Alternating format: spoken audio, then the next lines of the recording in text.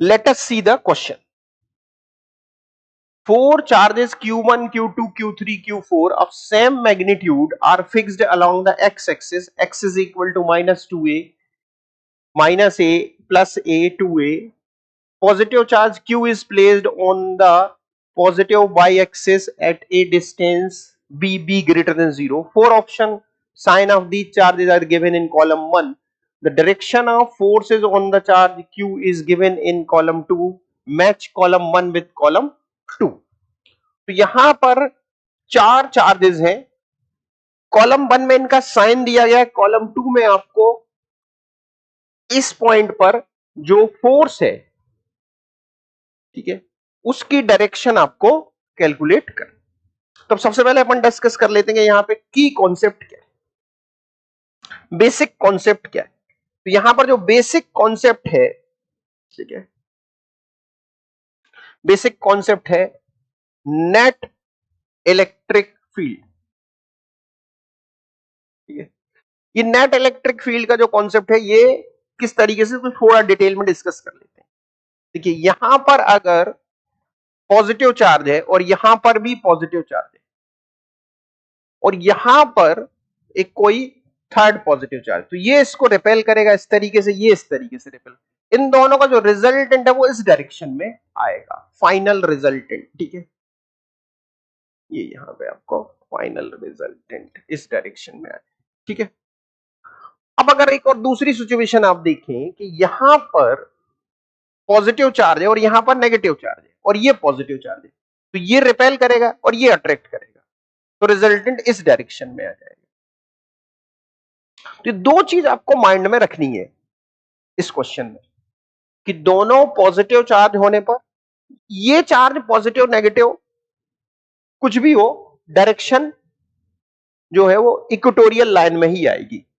ये पॉजिटिव ये नेगेटिव है, ये चार्ज कुछ भी हो, जो डायरेक्शन है वो अलोंग द एक्सियल लाइन ही आएगी। ठीक है, तो ये चीज आपको माइंड में रखनी है। चलिए अब क्वेश्चन पे वापस आते हैं। तो पहले में दिया हुआ आपको Q1, Q2, Q3, Q4 all positive charge, चारों चार्ज अगर पॉजिटिव हैं, ठीक है, ये चार्ज अपन पॉजिटिव मान रहे हैं, तो ये दोनों चार्ज इसको इस तरीके से रिपेल करेंगे, ये दोनों चार्ज इस तरीके से रिपेल करेंगे। इन सब का जो रिजल्टेंट है, देखिए इन सब का मैग्नीट्यूड इक्वल है, डिस्टेंस सिमेट्रिकल है, तो जो रिजल्टेंट है वो ठीक ऊपर की तरफ आएगा। ठीक है, तो यानी ये पॉजिटिव वाई डायरेक्शन में। तो जो ए है इसकी मैचिंग किससे हो रही है, पॉजिटिव वाई डायरेक्शन यानी आर से हो रही है, ए की मैच। नेक्स्ट देखते हैं, नेक्स्ट है आपका Q1, Q2 पॉजिटिव है, ये दोनों पॉजिटिव है, Q3, Q4 नेगेटिव, तो ये पॉजिटिव पॉजिटिव नेगेटिव नेगेटिव। तो अब ध्यान से देखिए ये दोनों चार्ज रिपेल करेंगे इस तरीके से, ये दोनों चार्ज अट्रैक्ट करेंगे इस तरीके से, तो अब जो रिजल्टेंट डायरेक्शन है वो इस तरफ आ जाएगी, तो ये आएगी अब पॉजिटिव एक्स डायरेक्शन में। तो यानी बी जो है इसका रिलेशन किसके साथ जा रहा है, पॉजिटिव एक्स मतलब पी के साथ। नेक्स्ट देखते हैं, नेक्स्ट कंडीशन दी है Q1, Q4 positive, Q1, Q1, Q4 positive, Q2, Q3 negative, ये नेगेटिव। ठीक है, अब आप ध्यान से देखिए, सबसे पहले अपन पॉजिटिव को सॉल्व करते हैं, तो ये पॉजिटिव चार्ज रिपेल करेगा, ये पॉजिटिव चार्ज रिपेल करेगा, तो ये डायरेक्शन आएगी फोर्स की, इसको मान लेते हैं F1। अब ध्यान दें आप, ये नेगेटिव ये लोग अट्रैक्ट करेंगे, तो डायरेक्शन डाउनवर्ड आएगी, इसको मान लेते हैं F2। अब आपको बिल्कुल क्लियर दिख रहा है कि F2 ज्यादा होगा क्योंकि ये डिस्टेंस कम है और F1 कम होगा, तो नेट जो डायरेक्शन है वो डाउनवर्ड आएगी, नेट डायरेक्शन डाउनवर्ड आएगी, अलोंग बाय डायरेक्शन डाउनवर्ड, यानी C का रिलेशन किसके साथ बन रहा है, S के साथ। ठीक है, चलिए तो नेक्स्ट देखते हैं,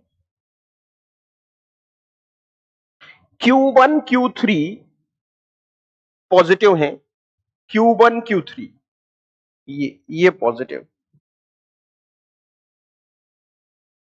Q2 Q4 नेगेटिव है, नेगेटिव नेगेटिव।